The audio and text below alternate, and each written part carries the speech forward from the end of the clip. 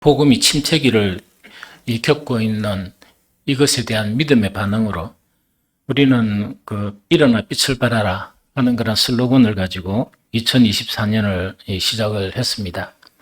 그러면서 세 가지 목표 또한 세 가지 그런 실천 사항인데 이것이 이제 샬롬의 축복으로. 그럼 샬롬의 축복이라는 게 뭐냐니까 성경에는 모든 말씀들이 이 샬롬의 언약의 말로 이루어지고 있거든요.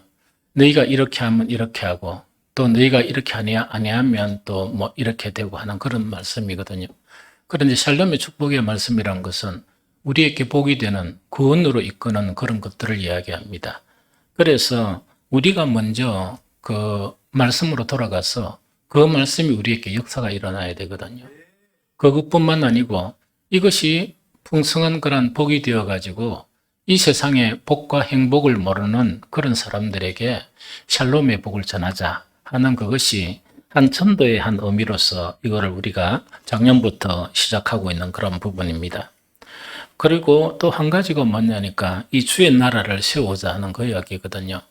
이 주의 나라를 세우는 그 일이 일어나야 우리는 계속적으로 이 세상 죽어가는 그런 영혼들을 우리가 살리는 그 일을 감당할 수가 있습니다. 그런데 이 두 가지 실천을 행하는 그런 부분에서 그 한 가지 중요한 요소가 있거든요. 그게 뭐냐? 능력이 없으면 안 된다 하는 그 이야기거든요. 그래서 아무리 우리가 이 일을 가지고 또 이렇게 막 열심히 하고 일한다 손치더라도 능력이 없으면 즉 이 일에 대해서 무능하게 되면 아무런 일도 할 수가 없다 하는 그런 부분이죠. 그래서 실천사항 중에 하나가 바로 여호와의 능력으로 하는 그것이 바로 실천사항 하나로 우리가 세웠다 하는 그 부분이죠.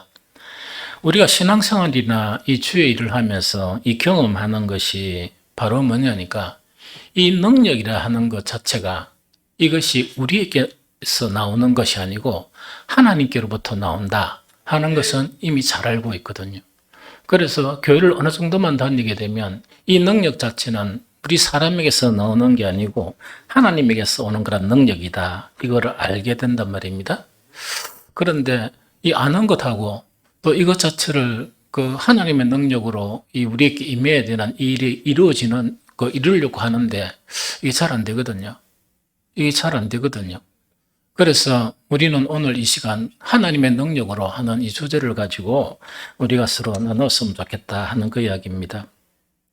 구약과 신약을 보더라도 이게 뭐냐니까 이 하나님의 능력이 있다 하는 그 이야기거든요. 그래서 다윗은 많은 그런 전쟁에서 승리를 하게 되는 정말 이 다윗 자체도 시편 89편 13절에 보면 주의 팔에 능력이 있사오며 주의 손은 강하고 주의 오른손을 높이 들리우셨나이다. 즉 뭔가니까 자기가 전쟁을 하면서 이 승리하게 되는 요인 자체가 뭐냐? 이거는 여호와 하나님에게서 나오는 능력이다. 이걸 고백하는 거예요. 그리고 또 바울이 복음 사역을 하면서도 이 신약에서도 똑같은 거랑 고백을 하거든요. 거기 빌립보서 4장 13절 내게 능력 주시는 자 안에서 내가 모든 것을 할 수 있느니라. 즉 이거는 뭐냐니까 우리가 복음을 전하고 여러 일은 열심히 할 수 있기는 있지만 능력 자체는 누구한테로부터 오는 거니까 나에게서 오는 게 아니고 바로 내게 능력 주시는 자, 즉 주님으로부터 이 능력이 온다 하는 것을 이야기하거든요. 그래서 우리가 이제 이 신앙 교육을 받으면서 계속 이 능력을 받기 위해서 세 가지 하는 일이 계속 있었어요. 세 가지 하는 일이 계속 있었는데 하나는 뭐냐니까 믿음이 강화되어야 오해되는 거니까 능력을 받는다. 그러니까 이렇게가 믿음을 강화하도록 많이 노력을 하거든요. 그래서 이거는 맞아요. 그래서 믿음이 없으면 안 되거든요. 하나님의 능력 자체가 이 믿음을 통해서 우리에게 역사하게 되거든요. 그래서 예수님은 뭐냐? 마가복음 9장 23절에서 어떻게 말씀하시는 거니까 예수께서 이러시되 할 수 있거든 무슨 말이냐? 믿는 자에게 능치 못할 일이 없다. 이렇게 말씀하시거든요. 그래서 믿음이 없으면 아무것도 안 돼요. 그래서 믿음을 강화하는 일은 대단히 중요한 일이거든요. 그래서 올해는 정말 적은 믿음에 머물러 있지 말고 우리 모든 성도들이 벌떡 일어나서 정말 큰 믿음을 가지시기를 축복합니다. 그 다음에 이제 이 믿음을 강화하는 이게 능력을 받기 위해서 이걸 하죠. 하는데 두 번째가 또 뭐가 있는가 하니까 기도를 강화하거든요. 그래서 막 이렇게 연말되고 연초가 되면 뭐냐니까 우리 교회는 뭐 그런 거 별실이 안 하는데 뭐 40일 새벽 기도회 뭐 이런 거 있죠. 이래가 막 이제 기도를 시작합니다. 이것도 맞는 말이에요. 예수님의 가르침에서 보면 요한복음 14장 12절 13절에 보면 내가 진실로 진실로 너희에게 이르노니 나를 믿는 자는 내가 하는 일을 그도 할 것이요 또한 그보다 큰 일도 하리니 이는 내가 아버지께로 감이라. 너희가 내 이름으로 무엇을 구하든지 내가 행하리니 이는 아버지로 하여금 아들로 말미암아 영광을 받으시게 하려 함이라 하는 요 말씀이거든요. 그래서 예수님께서 이제 그 제자들에게 비밀을 말씀하세요. 이제 공생의 이제 이 마지막에 다가온 그런 가운데 나는 이제 사람들로부터 죽임을 당하고 삶을 위해 살아나고 이런 거를 딱 하다 보니까 제자들이 모든 것을 버리고 예수님을 딱 쫓아왔는데 예수님이 고난 당하고 죽는다 이러니까 이 제자들이 막 마음의 근심이 아주 가득한 거예요. 가득한 그런 제자들에게 이제 여러 가지 이야기를 하면서 그중 한 가지가 뭐냐? 걱정하지 마라. 너희가 내 사역을 감당하는데 너희가 눈으로 본 그런 능력 있는 그런 일들을 너희도 할 수 있다는 그 이야기거든요. 너희도 할 수 있고 어떤 경우에는 더 큰 일도 너희가 할 수 있다 하는 그 이야기거든요. 무엇을 통해서 가능하냐? 너희가 내 이름으로 무엇을 구하든지 정말 내가 시행해 준다는 이야기. 그래서 기도도 뭐냐? 능력받게 하는 그런 부분이에요. 그래서 그리스도인들에게 그 기도는요, 특권이거든요. 이 특권인데, 참 이게, 그 시기하죠. 이런 특권 자체를 하는 걸 엄청 힘들어 해요. 왜냐, 힘들어 하거든요. 그래서 그거는 지복이지 못하겠습니까? 하려고 하고. 그래서 제가 저는 기도에 오란 말, 그런 말 안 하거든요. 왜냐니까 자존심이 상해서 안 합니다. 안 하고, 하고 싶으면 하고, 말고 싶으면 말고, 그러나 말씀은 전합니다. 그런데 기도는 뭐냐? 우리에게 준 하나님의 특권이에요.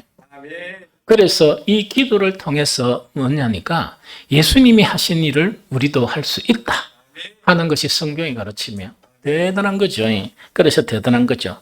그러다 보니까 연초가 되면 뭐냐? 믿음 강합시다 이래가 하고 그다음에 뭡니까? 합심기도 모입시다 이래가 열심히 하다가 한 4월달 봄이 되면 싹 사그러져 버려요.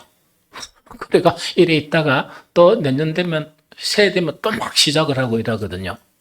그런데 진짜로 우리가 믿음을 강화하는 거, 기도를 강화하는 거, 이거는 능력 있게 하는 비결이에요. 하나님의 능력을 받는 비결이거든요. 그래서 올해는 이렇게 조금 덜 자고요. 그 다음에 세상 좀 덜 댕기고, 그 바쁜 일 안 댕기도 다 삽니다. 그 신앙생활 안 하고, 사람들, 세상 사람들 보니까 이렇게 더 열심히 안 해도 다 먹고 살더라고. 그래서 너무 댕기지 말고 기도하는 자리에 좀 참여하는 그 여러분들이 되시기를 예수 그리스도 이름으로 축복합니다. 세 번째는 무엇보다도 참 이게 좀 난해한 거예요. 난해한 건데 세 번째는 성령 충만함을 받는 거예요. 그러면 성령의 일을 이야기하면서 왜 성령 충만을 갖다가 내가 난해하다 하는가 하니까 초기에 그 속사도가 누군지를 알죠? 예수님이 제자들에 의해서 이 복음이 증거되는 거예요. 증거되는데 그 제자들이 영원토록 살면 참 좋죠. 그런데 다들 순교당합니다. 다들 이제 순교당한다 보니까 그럼 복음의 이런 맥은 누구를 통해서 이루어지는가? 그러면은 누군가니까 바로 속사도들이라 그래가 예수님의 제자들을 속사도라 그래요. 그 속사도들에 의해서 뭐가 하니까 이 복음이 이제 개성되는 그런 부분들을 이야기하거든요. 그런데 초기 이 기독교 교회에서는 이 성령론 자체를 좀 강하게 다루지 않았습니다. 왜 맞다? 강하게 다루지 않고 무엇을 강하게 다룬가니까 기독론, 즉 예수 그리스도에 대한 부분을 아주 초기에는 강하게 다뤘었어요. 그러면 여러 가지 이유가 있겠지만 그 부분 자체가 뭐냐? 이 성령에 대한 부분 자체는 이 분별하기가 좀 난해해요. 그래서 예수 그리스도에 대한 말씀에 대한 확실한 근거가 형성이 되면 분별을 이래 할 수 있는데 이 말씀 자체가 분별이 잘 안 되고 예수 그리스도에 대한 인식이나 그런 지식이 희미한 가운데 이게 성령론이 이제 강화되어져 버리면 어떤 문제를 가져오는가?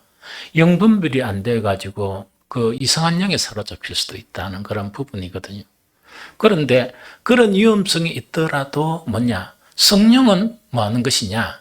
우리에게 능력을 주시는 그런 분이시다 하는 그 이야기죠. 그래서 예수님은 이제 이 십자가에 이르셔서 이제 부활하셨어요.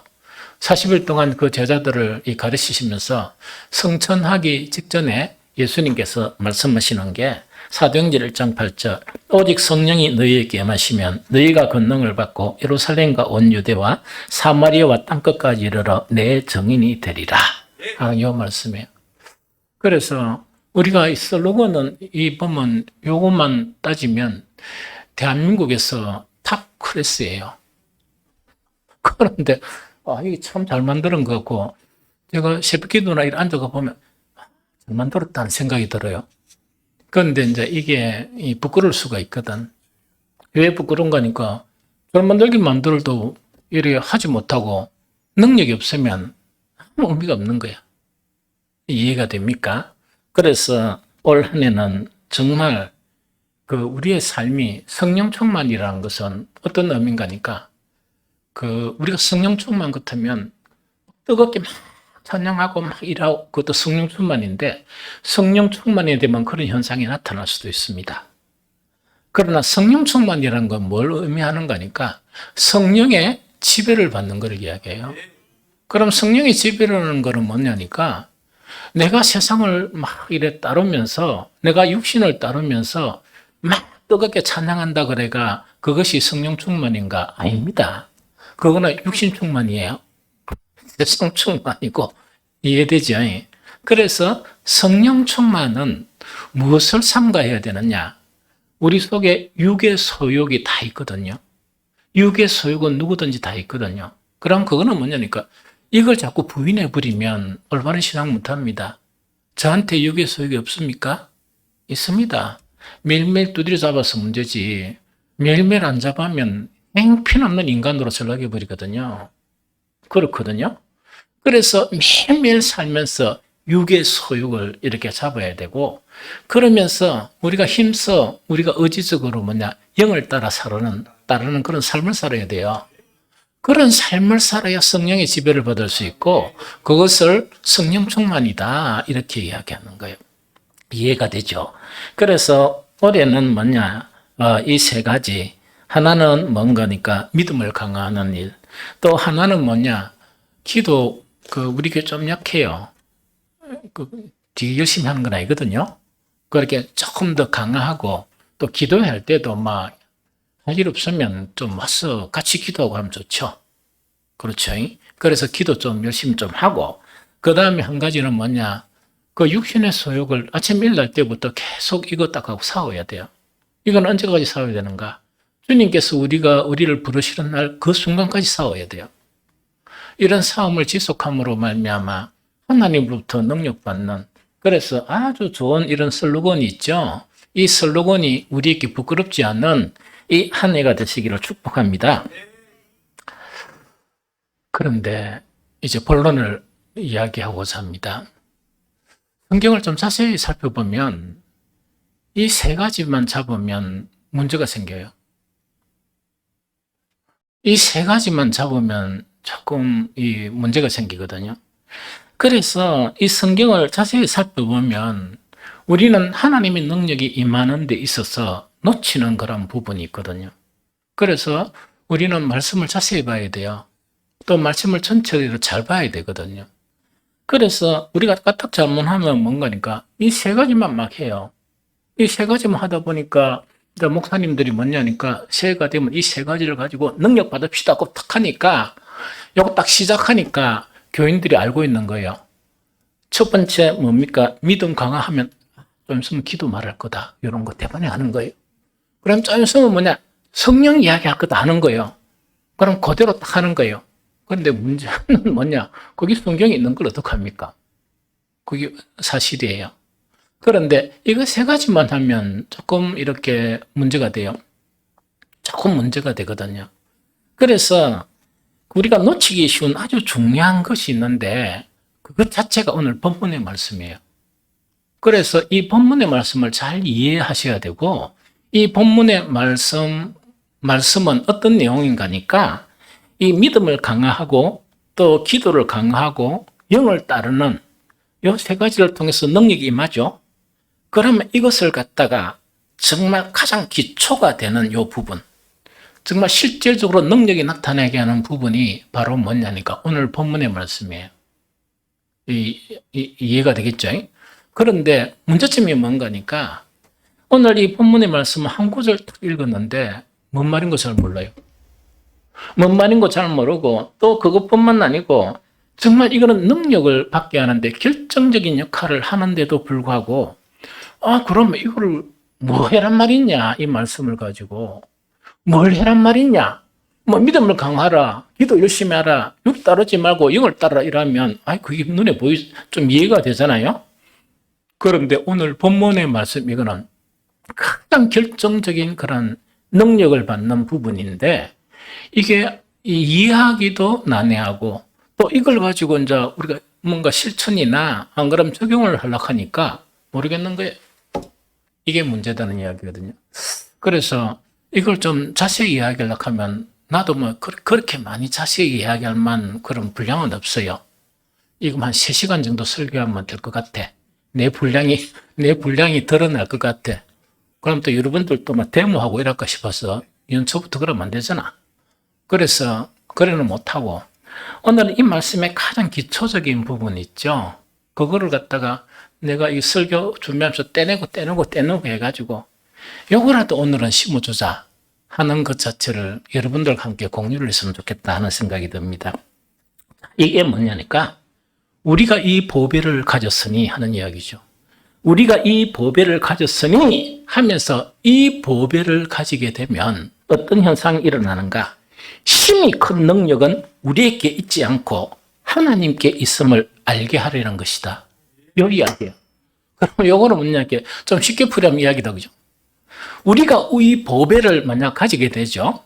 가지게 되면 무엇을 체험하는가니까 힘이 큰 하나님의 능력을 체험해가지고 뭘 깨닫는가니까 이 능력은 나에게서 온 게 아니고 누구에게서 오다? 하나님께로부터 이 능력이 왔다 하는 것을 깨닫게 된다는 그 이야기죠. 아주 간단하죠. 쉽게 이야기하면 이 부분이다 하는 그 이야기거든요.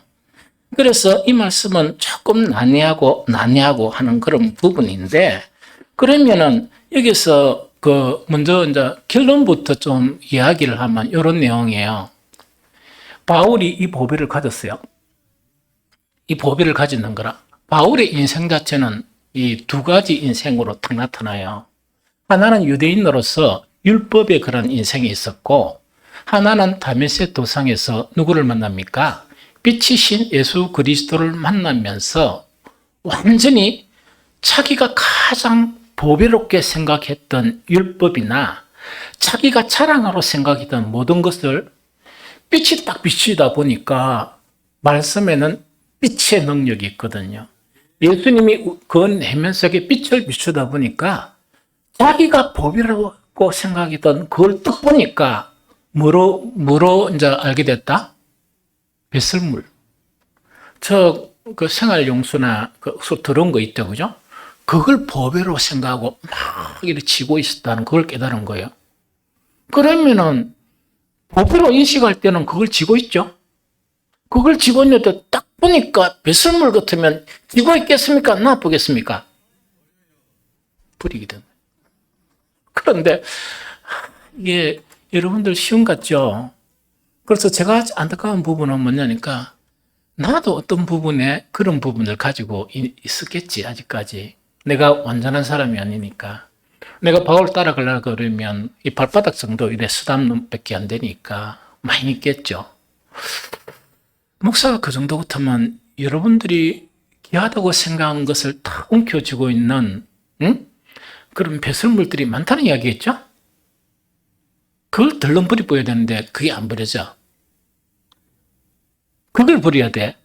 이해됩니까? 버리면서 이 바울은 뭐냐니까 그 진짜 보배를 갖다가 딱 발견했던 거야.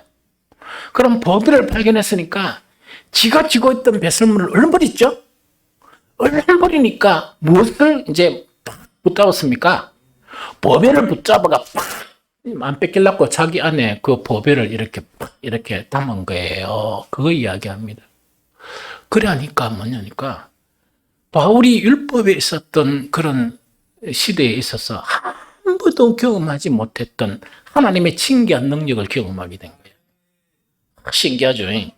그 능력 하나하나를 보면 그 능력을 보면 이렇게 이야기해요. 우리 같이 한번 읽어볼까요? 고린도서 4장 8절 9절. 그래 4장 7절을 딱 이야기하고 바로 요 말씀입니다. 그죠? 4장 8절 9절 시작. 우리가 사방으로 우겨삼을 당하여도 쌓이지 아니하며 답답한 일을 당하여도 낙심하지 아니하며 박해를 받아도 버림받지 아니하며 꺾꾸림을 당하여도 망하지 아니하고 하는 이야기죠. 이거는 뭐냐 이런 이야기입니다. 여러분들 혹시 그 사방으로 우겨삼만 당해봤습니까? 안 당해봤죠? 왜 안 당해본지 압니까? 그 이유 알아요? 하나님의 은총으로? 복음 안 전해봐서 그래. 복음을 안 전해보니까 이런 일을 당할 일이 없지. 그것뿐만 아니고 그 답답한 일을 당하여도 답답한 일을 막 당해봤습니까? 이거 많이 당해봤지. 뭐냐니까 세상에 욕심 못 채우가 마음이 답답했죠. 그때만 답답했지. 진짜 답답한 일 이걸 안 당해본 거야. 바울이 이제 이방인자 지역에 복음을 전하게 되는데 숱하게 당하는 것이 무엇이냐니까 사방으로 우겨삼을 당했습니다. 사방으로 우겨삼을 당하고 답답한 일도 당하고 박해도 받고 정말 또한 거꾸로뜨림도 당했거든요. 엄청 얻어맞고 엄청 막 죽음에 직면하고 이런 일을 당했거든요. 그러면은 그런 일을 당했으면은 바울이 빨리 죽어봐야 되잖아? 빨리 안 죽고 계속 복음을 전한 거야. 바울이 하나님의 능력을 경험한 것이 뭐냐? 사방으로 우겨삼을 당하는 거야. 그래도 뭐냐? 사방으로 우겨삼을 당해도 사방에 우겨삼을 당했으면은 그거 딱 사야 되잖아요. 꽁꽁 묶여야 되잖아. 안 묶여봤어. 하나님의 능력으로 안 묶인 거야. 그것뿐만 아니고 답답한 일을 당해도 답답한 일을 당하면 우리는 어떻게 합니까? 세상 먹고 사는 일 답답한 일을 당하면 왜요? 머리 이렇게 어떤 사람들은 나 그거 참 보기 싫더라고. 수건 딱 지금 이거 있죠. 우리 그 여자 집사님들이나 근사님들 아무리 답답해도 자존심이 있지. 그 수건 거 딱 메고 딱 누워 있는 거 보면 엄청 힘들어. 그래 하고 있는 거야. 그런데 아무리 답답한 일을 당해도 그런 거 안 하는 거야. 낙심이 안 되고. 그 다음에 뭔가니까, 그 다음에 뭘 하는 거니까, 박해를 받아도 버림을 안 당하고, 그 다음에 거꾸로 끄트림을 당해도 망하지 않는 거야. 이런 능력이 역사 나타나요. 그런데 요거는요, 서론에 불과해. 서론에 불과해요. 하나님의 능력의 강한 능력이 어디서 나타나느냐 하니까 고린도후서 4장 12절을 같이 읽어봅니다. 고린도후서 4장 12절. 자, 시작. 그런즉 사망은 우리 안에서 역사하고 생명은 너희 안에서 역사하느니라. 한 번 더 시작. 그러나 사망은 우리 안에서 역사하고 생명은 너희 안에서 역사하느니라. 이렇게 돼 있죠. 이렇게 돼 있죠. 여러분들은 그 복음 전한다 하면 폼을 잡고 복음 좀 전하고 싶죠? 안 그래요? 아이고, 나는 옛날에요. 주여, 뭐 그래 복잡하게 일을 하십니까? 내가 뭐 많은 걸 요구 안 합니다. 한 가지만 딱 주세요. 사람들 앞에 나가 손가락을 딱 들면 손에서 불이 나오게 해주세요. 손에서 빡 불이 나와가지고 말도 안 하고 봐라. 막 감지를 보시오. 불을 내면은 얼마나 많은 사람이 손쉽게 이 구원을 받을 수가 있는데 그걸 주시면 안 좋겠습니까? 그 이야기였거든요. 그 이야기인데 몇 번 하다가 내가 웃어보가 안 했습니다. 하도 답답하면 그랬겠습니까?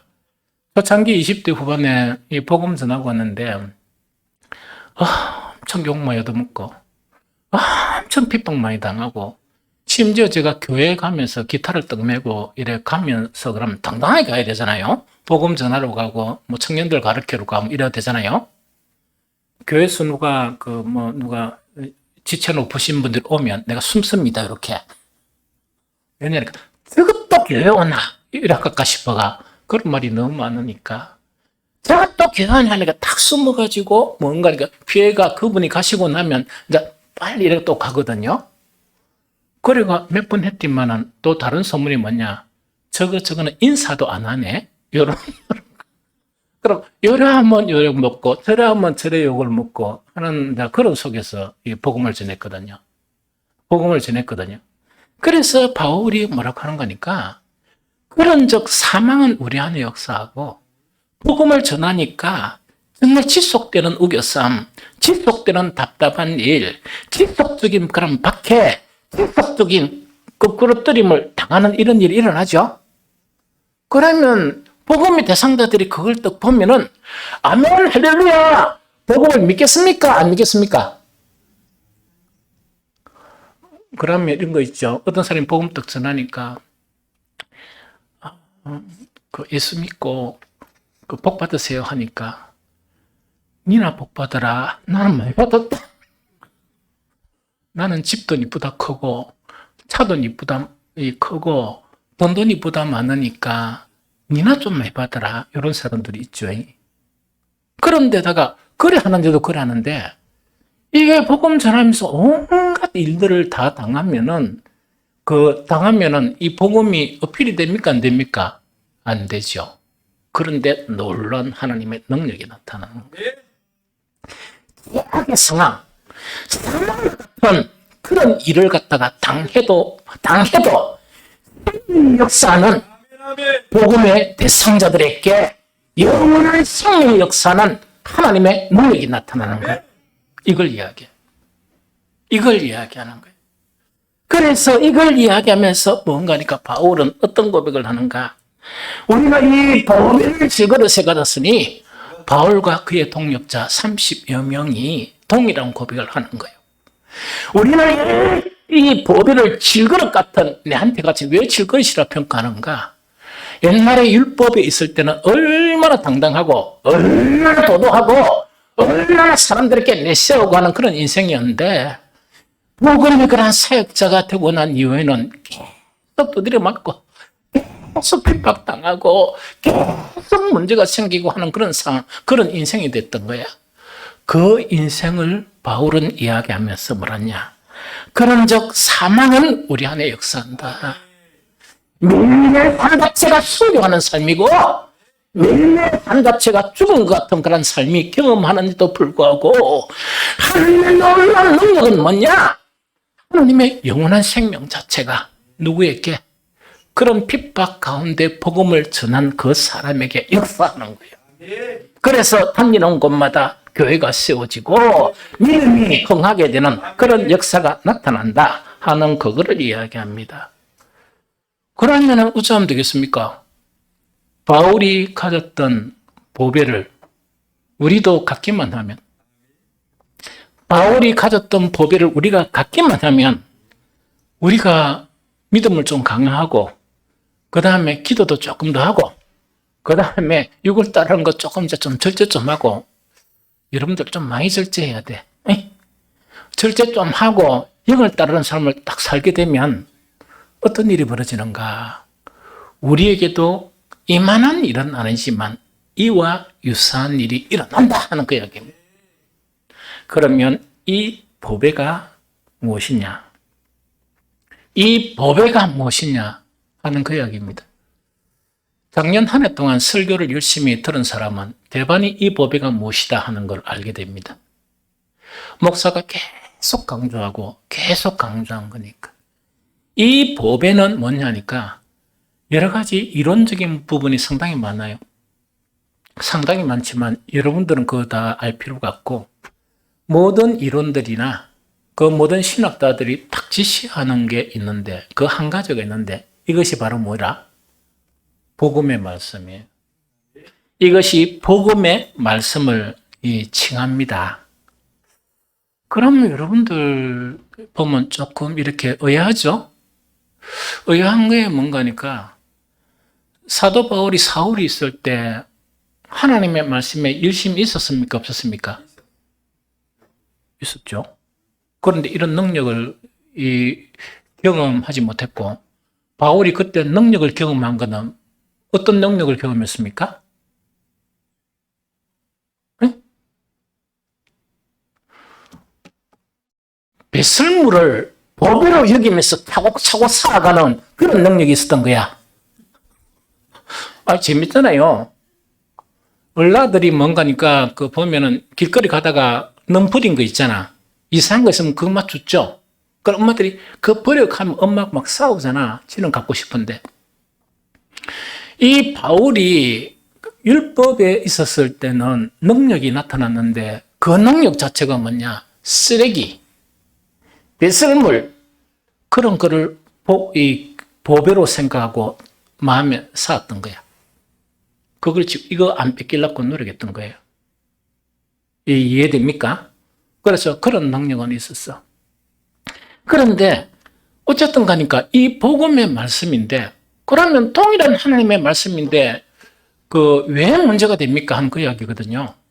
그래서 우리가 성경을 자세히 읽어보면 복음의 말씀은 복음의 말씀인데 조금 다른 부분이에요.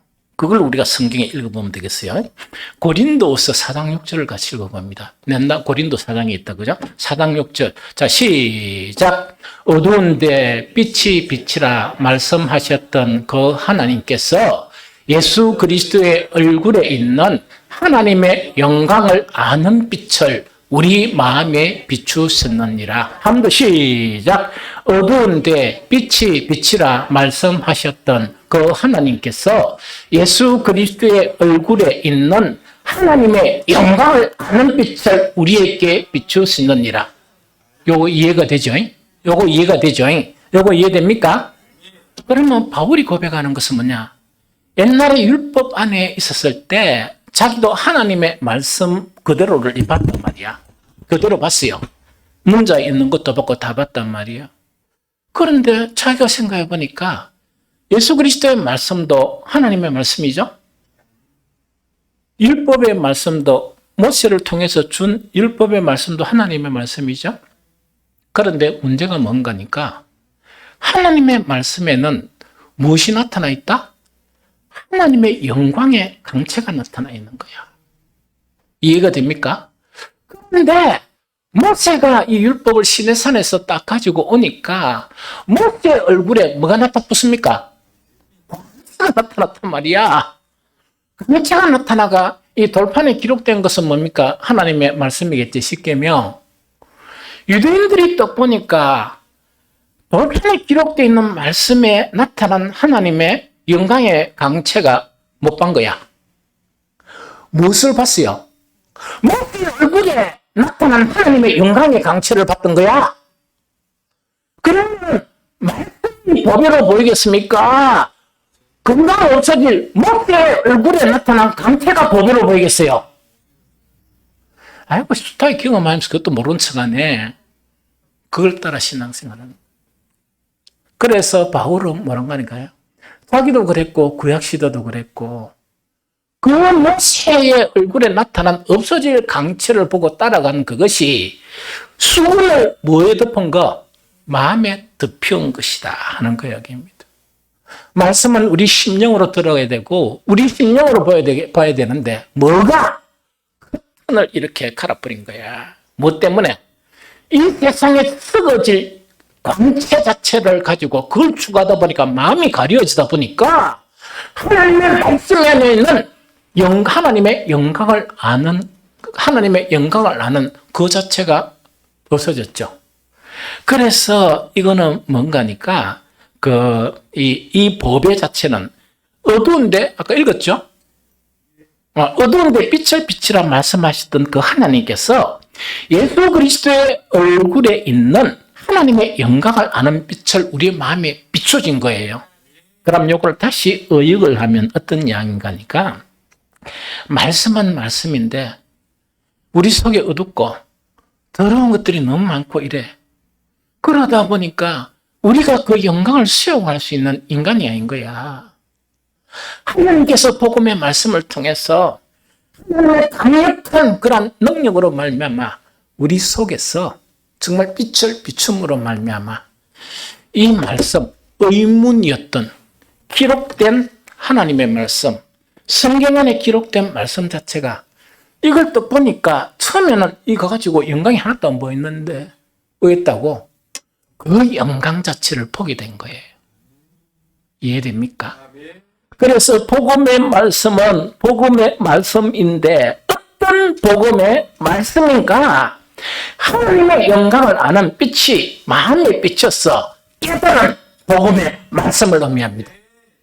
이걸 깨달지 못하면 첫날 만날 기도하고 첫날 만날 이렇게 성경 읽고 요새 우리는 그런 거 안 하니까 다행이죠. 성경 이렇게 해가지고 필사 그다음에 몇독 하는 거 있죠. 안 하죠.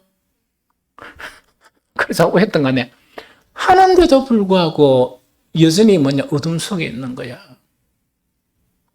그래서 만약에 성경 필사하고 성경을 1년에 몇 번 읽었냐, 그 읽은 횟수마다 통해가지고 좀 바뀐다. 그러면 내가 벌써 했을 거예요. 그러니까 내가 되게 잘못했습니다. 왜냐니까 그것마저 안 하다 보니까 여러분들은 뭡니까? 할렐루야. 더욱더 세상으로 더욱더 그래 하는 거 아닌가 하는 생각이 들어. 그래서 주님 또 만나면 야, 이 나쁜 종아, 그걸로 해야지. 성경 좀 읽으세요. 기도 좀 하시고. 이 무슨 말인지 모르겠습니까? 그래 자꾸 한다 그거를 이야기하는 거야. 그러면은 자 예를 들어 볼게요. 같은 말씀이라. 그럼 여기서 이 보배는 쉽게 이야기하면 이런 이야기입니다. 복음의 말씀을 탁 보면서 뭐로 보인다고? 네? 보배로 보인단 말이야. 뭐야, 이 말씀을 갖다가 이 법을 삼아서 잡아보지. 뭐야, 이 말씀은 뭡니까? 내 속에 새기지. 여러분들이 가지고 있는 보배들이 여러분들의 마음속에 너무 많은 거야. 그게 충만하다 보면 여러분들 설교 딱 하니까 이랍니까? 아멘 보배로다. 아멘 보배로다. 이랍니까? 안 하잖아. 안 하잖아요. 근데 말을 그래 하지 말고 이게 보배로구나 하면 왜 되겠어? 이 보배를 안 잃어버리려고 이 보배를 이렇게 질그릇 같은 내 안에 이렇게 담겠죠? 그걸 이야기해. 이 보배를 질그릇에 가졌으니.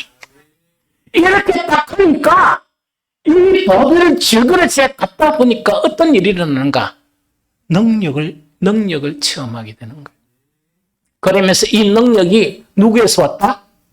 내한테가 아니고 하나님께로부터 왔다. 바울이 옛날에 정말 율법으로서는 나는 어려운 사람이다. 완전했다고 고백을 해요. 그래도 아무런 능력이 없었어. 그런데 정말 이것이 배설물로 보이면서 복음의 말씀이 보배로 보이니까 자기 자신의 존재는 질그릇으로 보이는 거예요. 내가 어떻게 감히 이 보배를 내 질그릇 같은 나에게 담을 수가 있느냐. 그러다 보니까 너도 그렇게 하게 되면 어떤 역사를 경험한다? 하나님의 강력한 능력을 경험하게 되고 그 능력이 나에게서 놓은 것이 아니고 누구에서부터 왔다? 하나님께로부터 온 것임을 내가 시인하게 되는 거예요. 그러면 교만하겠습니까? 교만 안 하겠습니까? 엄청 겸손해지지. 아무리 많은 은혜를 입고 아무리 많은 이 능력을 받았더라도 된 척 하겠습니까? 부끄러워서 못하지. 왜? 나는 좀 속된 말로 뭐였다? 쓰레기통이었잖아. 쓰레기를 법이라고 담는 거니까 쓰레기통 있잖아.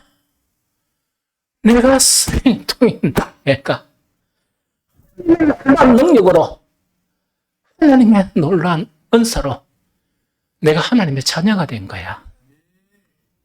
그게 하나님으로부터 온 능력이고 은혜다 하는 그걸 이야기하는 거예요. 이것 좀 이해가 되죠? 그래서 이제 실제 자체가 이제 성경에 막 나타나요. 예수님이 이렇게 좀 어려운 말씀을 전하셨어. 왜냐니까 500여의 기적을 행하고 난 다음에 이 유대인들이 예수님을 왕으로 세우려고 막 떼거지로 몰려온 거야. 몰려와서 우리의 왕으로 세우소서 이래 이야기라. 왜 그랬습니까? 자기들이 간절히 기다렸던 메시아는 다윗과 같은 왕이거든. 구약 성경을 보면 딱 고려되어 있습니다. 다윗의 시에서 딱 되어 있거든요. 그러다 보니까 뭐냐니까 이 물고기가 몇 마리더라? 2마리 떡 5개를 가지고 몇 명 살리었어요? 5천 명 살렸잖아. 왕은 누가 돼야 돼? 왕은 누가 돼야 돼? 왕이 되어야 로마를 깨 부숴버리고 그 다음에 앞으로 먹고 사는데 지장이 있습니까? 없습니까? 없죠. 그 딱 예수님을 왕으로 세우려고 한 거야. 그러니까 예수님이 아주 냉정하게 너희가 나를 찾는 까닭은 이적을 본 까닭이 아니고 먹고 배부른 까닭이로다 하는 거 이야기죠. 썩는 양식을 위해서 일하지 말고 썩지 아니할 양식을 위해서 일하라 하는 그걸 이야기하는 거야. 그러면서 어떤 문제가 나온 거야? 양식 문제가 나온 거야. 나는 산떡이다. 이런 설교를 하니까 예수님을 따르던 많은 제자들이 너무 어려운 거야. 어렵다 보니까 이 어려운 말씀 이건 더 이상 못 듣겠다. 얘가 떠나버렸단 말이야. 그래서 12 제자가 딱 남았는데 예수님은 그 제자들에게 이렇게 말씀하시는 거예요. 너것도 뭐 가지? 너것도 가지? 너것도 떠나려느냐? 이렇게 딱 하니까 그 베드로가 이야기하는 게 시몬 베드로가 대답하여 주여 영생의 말씀이 주께 있사오니 우리가 누구에게로 가오리까? 말씀이 뭐로 보였다? 보배보다 더 귀한 영원한 생명으로 보인 거야. 말씀이 영원한 생명으로 보인 거야. 여러분들 기도도 중요하고 믿음도 중요하고 등을 쫓는 것도 중요해요. 말씀을 버리면은 아무 필요 없습니다. 말씀이 곧 주님이세요. 말씀을 버리고 주님이 곧 능력인데 말씀을 버리고 어떻게 주의 능력을 얻을 수가 있겠느냐 하는 그 이야기거든요. 그것뿐만 아니고 우리가 구약에도 보면 신약과 구약은 동일해요. 나는 어떤 때는 보면 구약의 인물들이 더 대단하다 생각해요. 다윗은 성직자가 아닙니다. 다윗은 목동이었고 이 전쟁하면서 피 흘리는 사람이었고 정치가였습니다. 그런데 다윗 자체는 아주 놀라운 일이 일어나거든. 하나님의 통치가 다윗을 통해서 일어나거든요. 그런데 왜 그런 능력이 일어나는가? 다윗이 목동에서 어떻게 왕으로 변신할 수 있었는가? 그 권능이 일어나는가 하는 그 이야기죠. 바로 말씀에 대한 관점이 달랐습니다. 그래서 시편 19편 7절에서 10절 보면 이렇게 되어 있습니다. 여호와의 말씀은 완전하여 영혼을 소생시키며 여호와의 경건은 확실하여 어둔한 자를 지혜롭게 하며 여호와의 교훈은 정직하여 마음을 기쁘게 하고 여호와의 계명을 순결하여 눈을 밝게 하는도다. 여호와를 경외하는 자는 정결하여 영원까지 이르고 여호와의 법도 진실하여 다 의로우니 금 곧 많은 순금보다 더 사모할 것이며 꿀과 송이 꿀보다 더 달도다. 이게 법이라. 여러분들 말씀이 달아요? 그럼 오늘 밥 먹지 말고 오늘 좀 한번 해볼까 그냥? 밥이 필요하노? 영생의 말씀에 계신데 난 꿀이 없는데 잘 됐네 이렇게 보이는 것이 말씀이 법이로 보이는 거예요. 우리 그리스도인에게 가장 중요한 것은 영혼의 소생이 안 되면 생명이 없어. 그리스도인이란 이름은 있지만 그거는 가짜야. 지속적으로 영혼의 소생이 일어나야 돼요. 말씀이 그런 역사를 일으키는 아주 소중한 것이 바로 말씀이라는 거예요. 그것뿐만 아니고 여호와의 증거, 말씀이에요. 우둔한 자를 지혜롭게 한다는 것은 뭐냐니까 그렇기는 우둔한 것에서 가장 극치가 뭐냐? 쓰레기 잡동사니를 뭐로 알고? 보배로 알고 거기에 대한 소원이 내 속에 가득한 거야. 그래가지고 내 소원대로 안 되면 기분 나쁘고 짜증내고 싸움이 일어나고 이러는 거야. 이해됩니까? 왜 그래요? 지혜가 없으니까 그렇지. 그러니까 싸우면 안 돼. 그러니까 싸우면 안 돼. 왜 쓰레기과 싸워? 이해됩니까? 또 그것뿐만 아니고 여호와의 교훈은 정직하여 마음을 기쁘게 하고 이 세상 살면서는 여러분들 잠깐의 그런 이 제약이 주는 기쁨, 그 다음 연속적인 것은 뭐냐? 공고함이나 슬픔과 탄식이에요. 거기에 지속되는 것이 세상이야. 그런데 말씀은 맞냐? 공고함 있더라도 어떤 상황 속에서도 내 속에서 솟아나는 기쁨을 주는 것이 말씀이에요. 그럼 보배입니까? 보배 아닙니까? 보배죠. 그러면 이 보배를 그 성경책 예배 끝나면 성경책을 전부 다 사놓고 집에 갈 겁니까?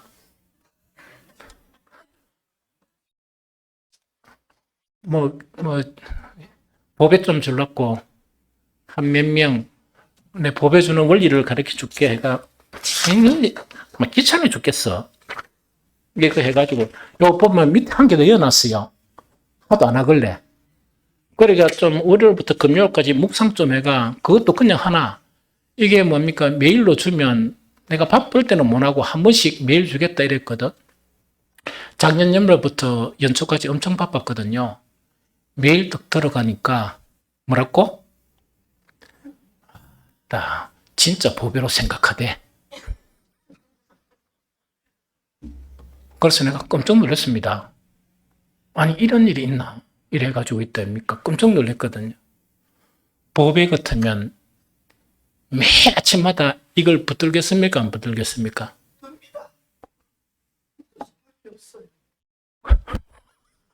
붙을 수밖에 없는 일을 좀 하시오. 그러니까 능력을 좀 체험해야지. 또 그것뿐만 아니고 이 다윗은 어디가 붙노?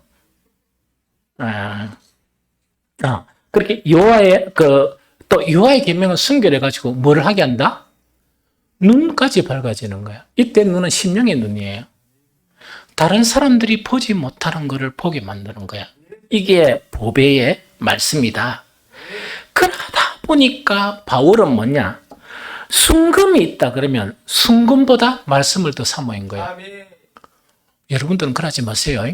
금을 잡아야지. 그렇게 순금보다 이 보배를 잡는 거야. 그것뿐만 아니고 바울에게서 다윗에게서 말씀이란 뭐냐? 꿀송이보다 더 달콤한 거야.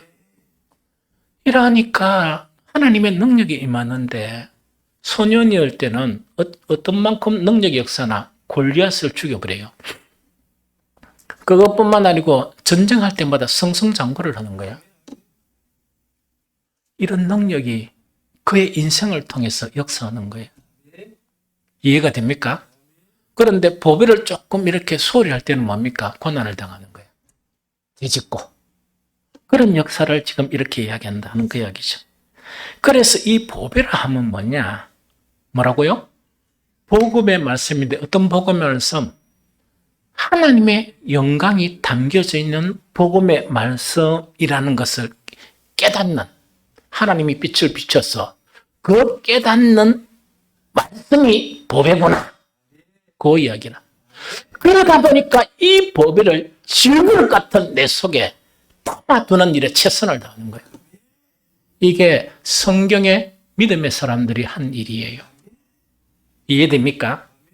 그래서 참으로 혼자 조금 이렇게 안타까운 거는 뭐냐니까 오늘 이 말씀은 여러분들 인생을 바꾸는 말씀이에요.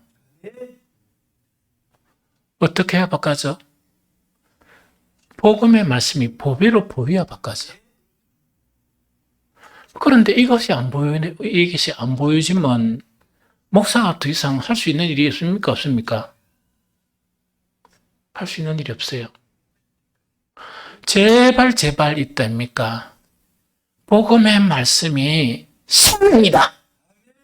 복음의 말씀 자체가 바로 정말 보배와 같고 이것은 정말 신기한 일을 일으키는 그런 능력이다 하는 것을 인식을 하면서 질그릇 같은 여러분들에게 질그릇은 좀 천한 것만 담지 천한 거 싹 비워버리고 뭘 담아라고?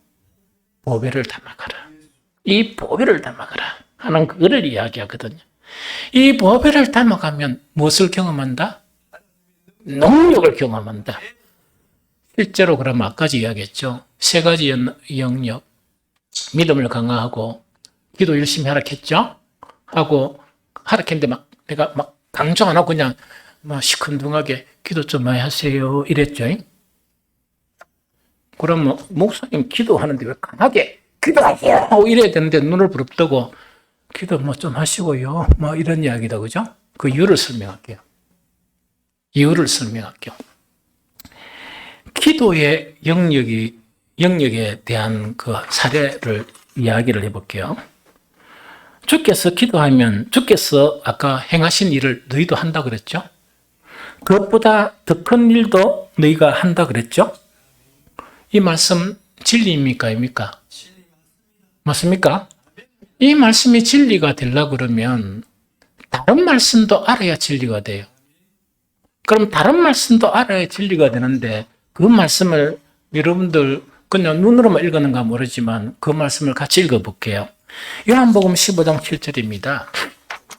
요한복음 15장 7절. 자, 읽어봅니다. 시작. 너희가 내 안에 거하고 내 말이 너희 안에 거하면 무엇이든지 원하는 대로 구하라. 그래하면 이루리라. 한 번 더 시작. 너희가 내 안에 거하고 내 말이 너희 안에 거하면 무엇이든지 원하는 대로 구하라. 그러면 이루리라. 기도의 능력은 응답이야. 맞습니까? 기도의 능력은 응답인데 그거를 이야기하면서 너희가 내 안에 거해야 된다. 그래야 왜 주님 안에 거해야 되는가? 너희 안에 누가 안에 있다고? 주님 안에 있으니까 주님 안에 있어야 능력을 받지. 주님 안에서 기도해야 능력을 받지. 맞죠? 너희가 내 안에 거하고 그러면서 다른 성경에는 뭔가니까 너희가 내 안에 거하면 나도 너희 안에 거하리라. 요게 그 예수님이 통상 가르치던 말씀이야. 그런데 여기에는 이제 달리 표현을 해요. 너희가 내 안에 거하고 무엇이 내 말이 너희 안에 거하면 너희가 무엇이든지 원하는 대로 구하면 이루어진다 하는 거예요. 이해가 됩니까? 그러면은 자꾸 내 속에 말씀이 이렇게 충만해 거하고 기도해야 되는데 우리 속에 바울이 버린 쓰레기들이 있죠? 우리가 아무리 살펴봐도 쓰레기밖에 없어. 그러면 쓰레기가 있고 또 마음의 한켠에는 뭐가 또 가득합니까? 세상에 대한 욕구가 가득하죠. 그걸 가지고 기도는 능력을 일으킨다 하니까 이 쓰레기도 너무 많아. 그런데 쓰레기를 좀 더 살라고 연초에 주여 이래가지고 막 금식도 하고 주여 이래가 막 기도도 했는 거야. 그러면은 어떤 능력이 나타나겠습니까? 그래가 혹가나니도 이런 것도 있죠. 하나님 너무 불쌍하기도 하고 막 너무 큰 소리로 교회에서 막 기도하고 울고 하니까 시끄러워가지고 나 또 무을 해가 줍은 거예요. 쓰레기를 몇 개 더. 하나 떡 주나니까 그거 좀 가만히 있지 못하고 누가 안 물었는데도 뭐냐니까 내가 이거 응답받은 거 있지 해가지고 또 한 번 이야기하면 되는데 10번을 이야기하는 거라. 그러면은 이 복음이란 교회란 이상하게 돼버리잖아. 그렇죠? 그래서 예수님은 뭐냐? 정말 기도의 진정한 능력은 무엇이어야 돼? 너희가 내 안에 거하고 왜? 내 안에 능력이 있고 내 말이 너희 안에 있어야 되는데 유대인들을 향해서 너희는 참 대책이 없다. 왜? 내 말이 너희 안에 있을 곳이 없다. 그 지적을 하거든. 그 유대인들의 기도 생활을 너무 알잖아요. 하루에 3번씩 기도해요. 유대인들은. 일주일에 2번씩 금식하는 그런 기도의 생활을 이야기합니다. 그런데 유대인들은 뭐냐? 보배인, 하나님의 영광이 담겨있는 보배인 말씀. 아까 그러면 구약이라도 다윗은 깨달았죠? 깨달았잖아. 그 말씀을 품지 않고 기도를 하다 보니까 어떤 결과를 가져왔느냐? 그걸 우리가 알아야 돼요. 그것이 뭐냐? 예루살렘 성전은 대단히 아름답게 지었습니다. 맞죠? 대단히 아름답게 지었고 거기에서 아주 체계적으로 하나님의 일이라고 하는 그런 일들, 제사나 이래가 엄청 많이 잘 일어났습니다. 그래가 모든 사람들이 와, 이거는 아름다운 성전이다 이랬습니다. 그런데 제자들이 예수님에게 이 예루살렘 성전을 보십시오. 딱 하니까 하나님이신 예수 그리스도가 그 성전을 보니까 도둑의 소굴이야. 도둑의 소굴인데 그때 지도자들이 아무도 그것도 깨닫지 못했는 거예요. 그게 너무 좋았는 거예요. 그들의 기도는 말씀, 하나님의 영광이 나타나 있는 말씀을 떠났기 때문에 우리 자기 스스로 경건을 쌓아도 뭘 했습니까? 성전은 만들지 못하고 도둑놈의 소굴만 만들었단 말이지. 그래서 예수님은 아주 냉혹하게 이렇게 저주를 해버립니다. 이 성전의 돌은 돌 위에 돌 하나도 남기지 않고 무너진다. 그 예언을 하신 지 70년 후에 로마에 의해서 예루살렘 성전은 없어져 버립니다. 제사장들도 없어져 버립니다. 이해가 되죠? 이것이 기도는 능력은 능력인데 말씀을 외면한 기도는 뭐라고요? 능력이 아니고 뭔가 능력이 있다 생각하는데 그거는 저주다. 그것 자체가 성경의 가르침이에요. 두 번째, 요즘 우리 구약같이 수용과 금령과 같이 이렇게 계속 강의를 하죠. 가나안 땅을 차지하는 능력을 알아야 돼요. 모세는 죽습니다. 죽고 이 요단강 이 동편에서 이 모세가 자기 민족들에게 한 가지만 이야기합니다. 그러면서 모세는 죽다 보니까 모세를 이어서 누가 지도자가 됩니까? 여호수아가 지도자가 되죠. 하나님의 사자가 여호수아에게 나타났어. 그걸 가르치면서 여호수아 1장 8절 9절 이 율법책을 네 입에서 떠나지 말게 하며 주야로 그것을 묵상하여 그에 기록된 대로 다 행하라. 그리하면 내 길이 평탄하게 될 것이며 내가 형통하리라. 내가 내게 명한 것이 아니냐. 강하고 담대하라. 두려워하지 말며 놀라지 말라. 네가 어디로 가든지 내 하나님 여호와가 너와 함께 하느니라 하시니라. 아멘. 그래서 그 요수아는 그 군인이 아니에요. 직업 군인도 아니고 그 모세의 비서 정도 되는 그런 일을 했고, 그때 이스라엘 민족들 자체는 뭐냐니까 전쟁에 대해서 훈련을 받지 못한 사람들입니다. 그러나 가나안의 본토는 뭐냐? 큰 성이 있는 사람들이었고 군사 훈련을 받은 그런 사람들이라. 하나님이 뭐냐? 절대로 걱정하지 말라. 뭔가니까 네가 해야 될 일은 한 가지밖에 없다. 말씀을 떠나지 말라. 말씀을 주야로 묵상하여 그 가운데 기록된 대로 다 지켜 행하면 이 전쟁 치는 것은 형통하게 되고 평탄하게 되어진다. 내가 너희와 함께 있는 것이 아니냐? 내가 너희와 함께 있다는 것은 말씀이 함께 있는 거예요. 그러다 보니까 전쟁에서 승리를 하게 됩니다. 요수아는 이제 나이가 들어 죽게 됩니다. 죽게 되면서 땅을 분배하고 남겨진 그런 전쟁이 있지만은 한 가지를 당부합니다. 그 한 가지를 당부하는 것이 뭐냐? 요수아 23장 5절 6절이요. 같이 읽어봅니다. 요수아 23장 5절 6절. 자, 시작. 너희의 하나님 여호와가 그가 너희 앞에서 그들을 쫓아내사 너희 목전에서 그들을 떠나가게 하시리니 너희의 하나님 여호와께서 너희에게 말씀하신 대로 너희가 그 땅을 차지할 것이라. 그러므로 너희는 크게 힘써 모세의 율법책에 기록된 것을 다 지켜 행하라. 그것을 떠나 오르나 좌우나 치우치지 말라. 6절 다시 시작. 그러므로 너희는 크게 힘써 모세의 율법책에 기록된 것을 다 지켜 행하라. 그것을 떠나 오르나 좌우나 치우치지 말라. 하나님의 율법의 말씀이 뭐라고요? 법이라는 이야기. 그걸 떠나지 말고 그것을 움켜잡고 그것과 함께 더불어 살아라 하는 그 이야기입니다. 이렇게 하기만 하면은 정말 남겨진 전쟁은 다 승리하게 될 것이고 너희 자손 대대로 너희들은 이 땅, 젖과 꿀이 흐르는 땅을 차지하면서 살게 될 것이라 하는 그 이야기입니다. 이것이 법이에요.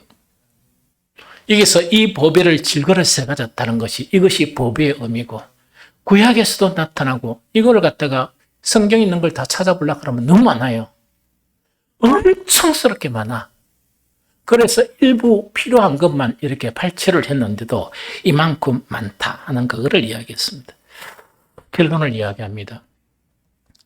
우리가 아무리 좋은 뜻과 좋은 마음을 가지면서 주를 위해서 뭔가를 이제 살아볼까 이래 생각하고 그 다음에 마음의 결단을 하고 안 하던 일을 이렇게 지금 해본단 말이야. 믿음도 강화하면서 기도도 조금 더 강화하고 그 다음에 영을 따라 살면서 그 다음에 우리가 딴 거 복잡한 일은 아니더라도 샬롬 축복 전도하는 거 있죠. 이걸 갖다가 이제 시행하는 그런 일을 이제 하게 된다면 능력이 없으면 아무것도 안 돼요. 능력이 없으면 못 합니다. 그래서 이 능력 자체는 아까 세 가지 사항을 이야기했죠. 그것은 능력을 주는데 필요한 조건입니다. 그러나 충분하지는 않아요. 필요하고 충분한 조건이 되려고 그러면 그 세 가지와 뭐가 돼야 돼? 보배를 질그릇에 가져야 한다. 이 법인 말씀이 내 인생이 되어야 한다. 내 삶이 되어야 한다. 그럴 때 비로소 심히 큰 하나님의 능력이 나타나서 내가 샬롬 축복을 전하다가 정말 창피를 당하고 때로는 모욕을 당하고 때로는 웃음거리가 되더라도 정말 그 속에서 내가 창피 안 해지면서 그런 창피 속에서도 신령이 그들에게 역사하는 하나님의 강력이 일어나게 된다 하는 그 이야기죠. 이 일을 위해서 올해 정말 우리가 일어나서 빛을 발할 수 있는 저와 여러분들이 되시기를 예수 그리스도 이름으로 축복합니다.